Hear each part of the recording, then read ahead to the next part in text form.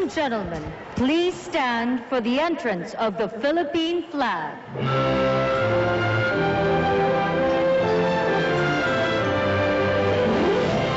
Mga kababayan, ang watawat ng Republika ng Pilipinas.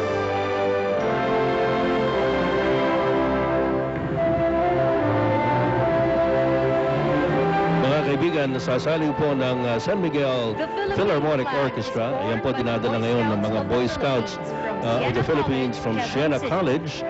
At with them are 100 members of the Boy Scouts and 50 members of the Girl Scouts of the Philippines.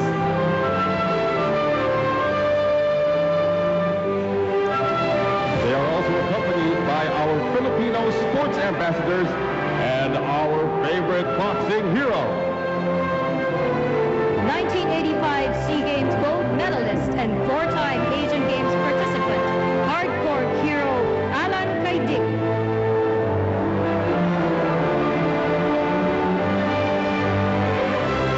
With him is two-time Asian Games gold medalist and 9 gold SEA Games winner.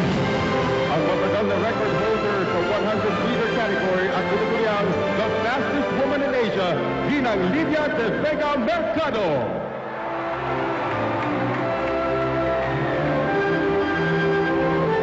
Next, we have two-time Southeast Asian Games gold medalist and silver medalist in the Atlanta Olympics in boxing, Mansueto Onyok Velasco.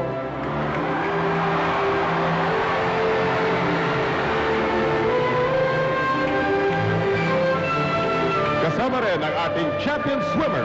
Three-time participant in the Olympics and 7 gold winner in the Southeast Asian Games, Akiko Thompson. At dito naman ang veterano ng Southeast Asian Games.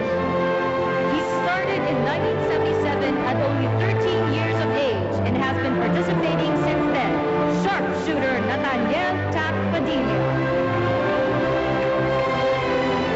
At dito naman ang ating Taekwondo champion. Two-time gold medalist in the Southeast Asian Games and quarter-finalist in the 1988 Seoul Olympics, Taekwondo master Monsieur Del Rosario. Sunod ay ang ating itinanghal na Athlete of the Year. Gold medalist in individual gold zone jumping in the 2002 Asian Games, equestrian Mikey Kowanko Jaworski. Kasama rin ang ating bowling champion. Six-time world bowling champion, Guinness Book of World Records holder, and Philippine Sports Association Athlete of the Century, Rafael Paeng Nepomuceno.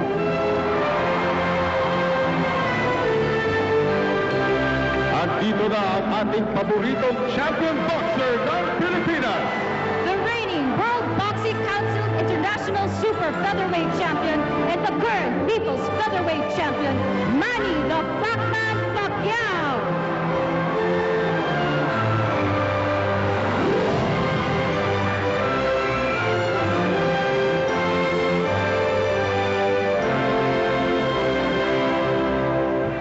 Ang watawat ng Pilipinas ay inihahanda ng mga kadete ng Philippine National Police Academy. Please remain standing for the Philippine National Anthem, rendered for us today by the San Miguel Philharmonic Orchestra and the San Miguel Master Chorale under the baton of Maestro Ryan Cayabyab.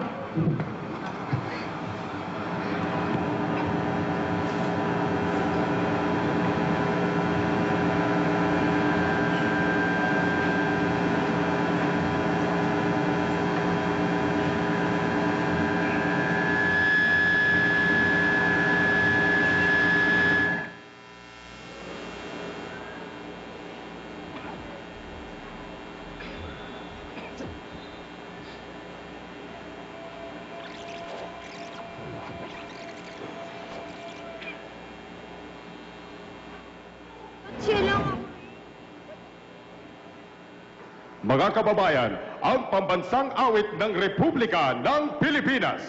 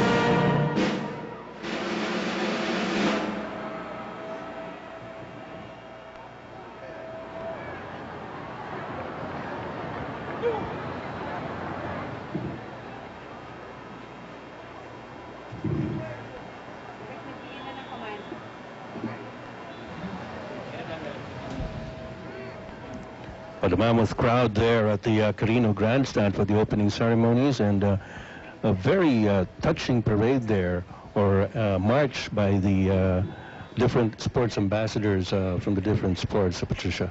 Yes, these different sports ambassadors have made the country proud in their glory days, and they continue to make the country proud by having all Filipinos all over the country be engaged and participate in the 23rd Southeast Asian Games.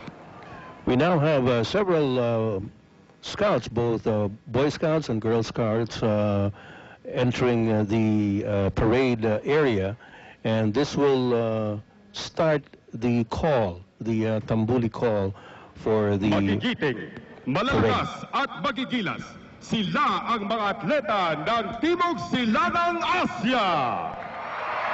Now it is time to celebrate via a most special ceremony in honor of the Southeast Asian athletes.